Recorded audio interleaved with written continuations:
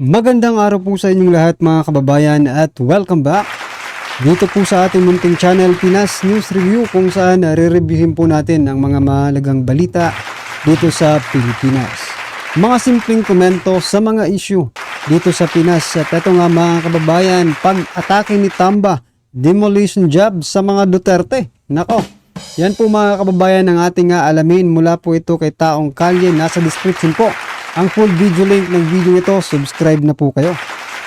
At kung bago ka pa lang at di pa po nakapag-subscribe sa ating munting channel, please don't forget to subscribe at i-click na rin po ang bell notification para updated po kayo sa lahat ng ina-uploads nating reaction video. So ito na nga mga kababayan, bago po natin ulit simulang pakinggan, panoorin at bigyan ng komento ang video ito. Ito mga karibin natin, nagkainitan sa Senado si Senator Ressa Hontiveros at Vice President Sara Duterte. Dito po sa ginagawang budget hearing ng Office of the Vice President mga karibin natin. Ito po yung balita. From Jamie News, 1 hour ago mga kababayan, VP Sara Hontiveros clash over politicizing of 2025 OBP budget. Vice President Sara Duterte and Senator Ressa Hontiveros on Tuesday had a heated exchange after the latter question of some of the programs of the Office of the Vice President, which she said are similar with the existing programs of other line agencies of the government. Yan mga kababayan. So redundancy ang gustong ipalabas dito ni Senator Ressa Hontiveros, no? O kung redundant yan mga kababayan, eto, sinasabi ni Vice President Sara Duterte na pinupolitika siya ni Senator Ressa Hontiveros. Sa palagay nyo mga kababayan, ako po, sa pagharap pa lang dyan ni Senator Ressa Hontiveros, politikang-politika na po talaga ang dating yan. Simula, kahit naman, eto nga kahit naman po hindi si VP Sara ang nakaharap dyan, i-connect pa rin nila sa mga Duterte. Diba? Kaya, ano pang ine-expect ni VP Sara dito? Talagang pinupolitika nga siya ni Hontiveros, mga karibin natin, no? At saka kung duplicate ng agencies, naku, mas marami pong ibang agencies ang nagdo-duplicate na. Diba? Like for example ko na lang sa DSWD at itong yung opisina ni Gadon. Diba? Parang redundant na yan. Similar functions of different agencies. Yan ba ang gusto mong sabihin, Senator Ressa Hontiveros?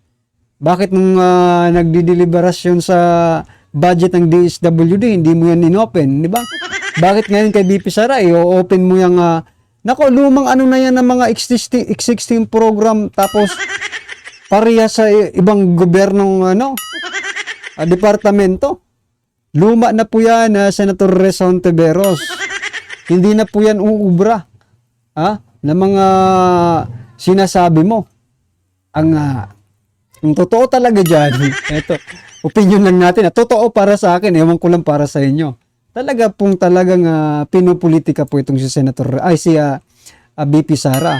Kasi nga po, ang reason ko naman, kung bakit pinupolitika dito, kasi kahit hindi naman si VP Sara ang nakaharap niya, for example, kay Go, di ba? Kay Alice Go, di ba? Ikinokonek pa yun ni Senator Ressa Hontiveros sa mga Duterte. Yung iba pang mga, kay Pastor Apollo Quibolo, ikinokonek pa rin nila kay, di ba, siya rin yun? Ikinokonek pa rin kay Duterte, mga kababayan. Kaya nga yan. Politikang-politika lang. Sa itsura pa lang, politika na kahit hindi pa ito magsalita, talagang masasabi mo nang pamumulitika lang ang gusto nito. Di ba? Ito mga kababayan, Senator Ressa Hontiveros pa rin, kasi babanatan ko talaga ng babanatan ito ngayon Nag-ano po siya, di ba? And lately, mayroon siya mga pinopost about kay Alice Go na nakaalis na. Ito sabi niya, hindi makakaalis si Alice Go kung walang tumulong sa kanya na mga opisyalis ng pamahalaan para tayong ginigisa sa sarili nating mantika. Parang titingnan mo talaga si Senator Ressa Hontiveros dito, talagang Tama ka, Senator Rizal Tiveros. Di ba? Tama ka talaga. O pinaalis ng opisyal ng pamahalaan. Ang tanong, sinong opisyalis siya ng pamahalaan na tinutukoy mo? Huwag mo po kaming pasaringan kasi hindi po kami manghuhula. Di ba? Senator Rizal Tiveros. Sino yung opisyalis na yan at sinasabi mo? Si BP Sara, baka si BP Sara na naman yun, ha? Ito, ang comment po niyan.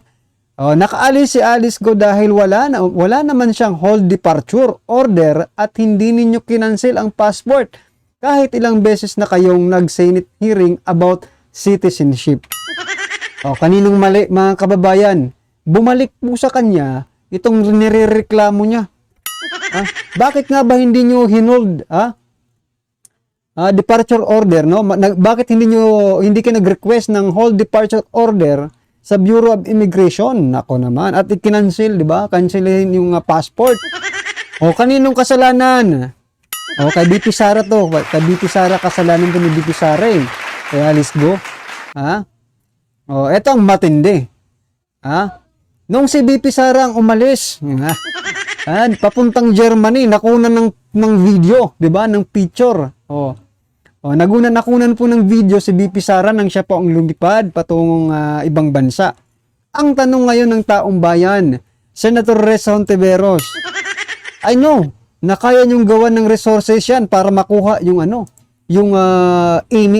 video, 'di ba? Kung saan man umalis yan, kung saan man lumabas si Alice Go. Kasi dito kay BP Sara na gawan niyo ng paraan eh. 'Di ba? Nabawal sana itong ilabas kasi privacy. Pero nilalabas nyo. Bakit yung kay Alice Go walang video, mga kababayan? Nakakapagduda, di ba? Tapos sinasabi niya, opisyalis ng pamahalaan. Tinulungan ng opisyalis ng pamahalaan. Sa palagay nyo ba itong paglabas ng video ni BP Sara papuntang Germany, walang nakuhang tulong sa pamahalaan yung naglabas ng video ito? Yan, tatanong lang po, mga kababayan, para maging patas naman tayo, no? At ito pa, matindi. Di ba? Ito si Attorney Harry Roque, nag-request po kayo ng precautionary hold departure order kay Attorney Harry Roque. Pero doon po kay Alice Go, hindi niyo po ginawa. Wherein tinuturing niyo ng kriminal si Alice Go. Diba? Pero si Attorney Roque tuloy ang hinold niyo ang departure order. Bakit ganon, Senator Rizal Tiveros? Bakit po ganon? At lately, ngayon lang yan eh. Ngayon lang siguro ko napag-isip si Senator, mismong sa kanyang post Senator Rizal Tiveros 27 minutes ago. Ngayon lang sila nakapag-desisyon. Kaninang umaga, pinanawagan natin sa DFA na i-cancela na ang passport ni Alice Go. Recent update, eto, Rappler po ang kanyang Executive Secretary Lucas Bensamin orders the DFA to dismiss Mayor Alice Go's passport. Yan, ngayon pa lang sila nag-action na wala na po dito. Siya po ang nagsabi na wala po dito na, nakaalis na, di ba? Ito pala. Diba? Nakaalis na, sabi niya nakaalis na po si Go. Pero ngayon pa lang nila ika-cancel yung passport. Papatawa talaga. Ano ba? Drama ba ito? Pinasasakay nyo ba? Ako nagtatanong lang po, mga kababayan. Pinasasakay nyo ba ang Pilipino sa mga drama nyong ito? Mga karibin natin. Kunyari, diba, lubas na. Hindi natin alam kung totoo, di ba? Okay, for example, kasi naglabas siya ng ebidensya, may mga di ba? Okay, nakalabas na. Bakit ngayon lang kayo Kaninong kasalanan? Mga kababayan, kayo ang nag-imbestiga. Di ba? Kasi kay Attorney Harry Roque, kayo rin ang nag-imbestiga, pero hinold nyo po yung kanyang departure order. Kayo request kayo ng precautionary hold departure order, di ba? Kayo rin pong nag-imbestiga doon kay kay Go. Bakit ganon? Sino po ang sinisisi yung government official? Isa ka ba sa government official? Nagtatanong lang po. isa ka po ba doon sa government official na sinasabi mong tumulong kay Go? At pinaiikot-ikot mo lang yung ano ng taong bayan. Nagtatanong tayo mga karibin natin. Kasi ang gulo rin nila eh. Kung kailan nakaalis, saka ika-cancel yung passport, di ba? Napakalaking irony. Kay Lipi Sara, umalis ng Germany, nakunan nila ng video. Si Alice Go, umalis din. Kung saan lumabas yun, di ba? Dapat nakunan din nila ng video. Kasi alam natin yung resources ng government is very, marami. Di ba? Ang pangatlong ground naman, dito kay Atty. Harry Roque, paulit-ulit tayo no, para maintindihan talaga natin. Kasi ako, minsan, di ko rin maintindihan kung hindi natin uulitin eh. Kaya Atty. Harry Roque naman, nag-request sila ng precautionary hold departure order. O sila pong nag-imbestiga kaya Atty. Harry Roque. Wherein, na hindi pa siya sinasabing criminal talaga, di ba? O si Alice Go, they treat Alice Go as criminal na, di ba?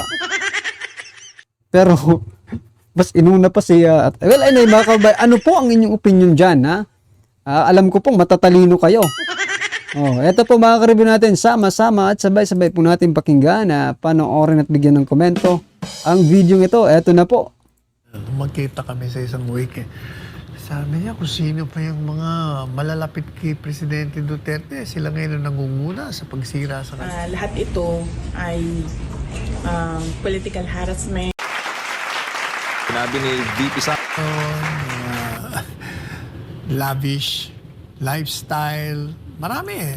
Kaya Sa Manila Times, demolition job versus the Duterte in full swing. Sa inyo pong counterpoint, binanggit po ninyo dito, attorney, isang linya. Tinawag po ninyong inveterate liar, yung lumilitaw ngayon na testigo laban sa mga Duterte. Ano po sino po ito? ano naman yan, hindi ba? Yung custom agent. Kasi during the Senate hearing, kinulong yan eh.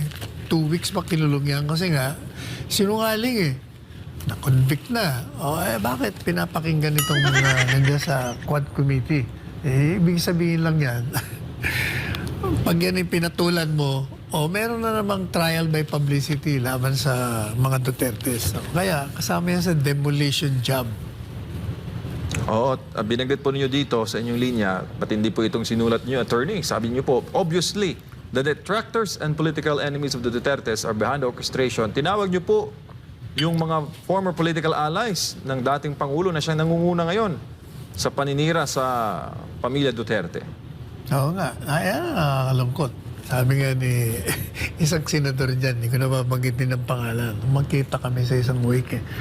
Sabi niya kung sino pa yung mga malalapit kay Presidente Duterte, sila ngayon ang nangunguna sa pagsira sa kanya. Yung mga nagsisip-sip sa kanya.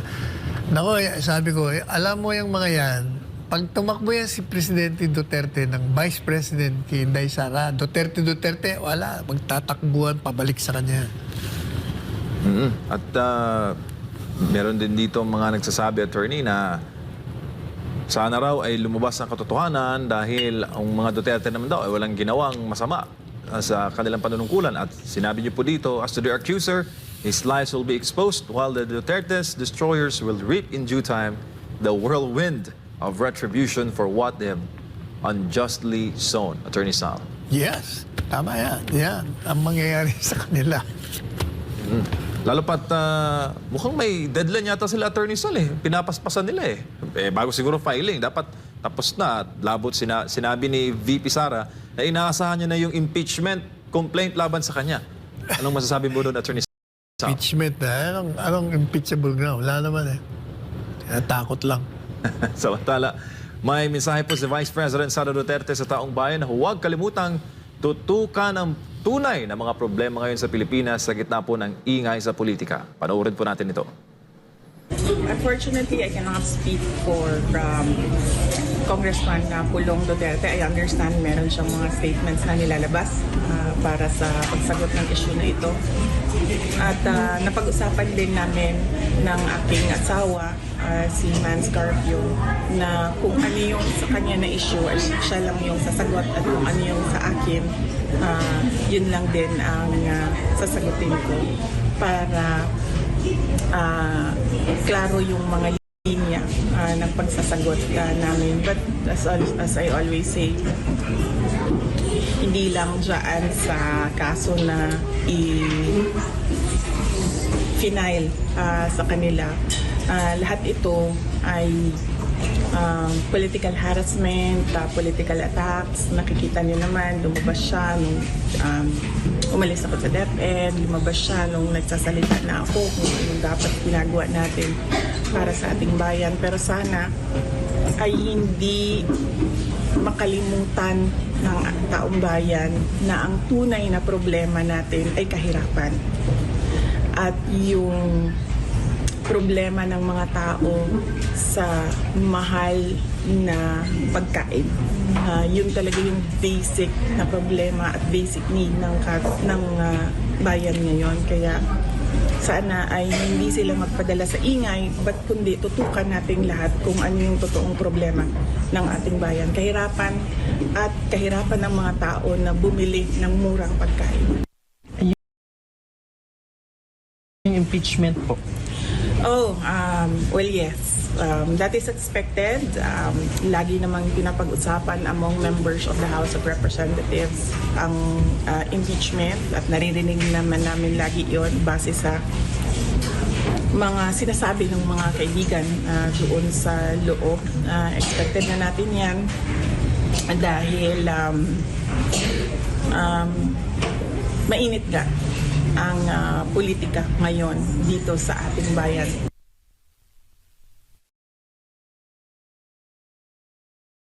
So yan mga kababayan, sana marinig, no? Yung sinabi ni Vice President Sara Duterte na tutukan kung ano man yung tunay na problema ng ating bayan. Nako. Kahirapan sa pagbili ng basic needs, no? Kasi hindi na po talaga nagtutugma mga karibin natin. Hindi po talaga nagtutugma. Ang sweldo mo ganito, mga bilihin ganito, di ba?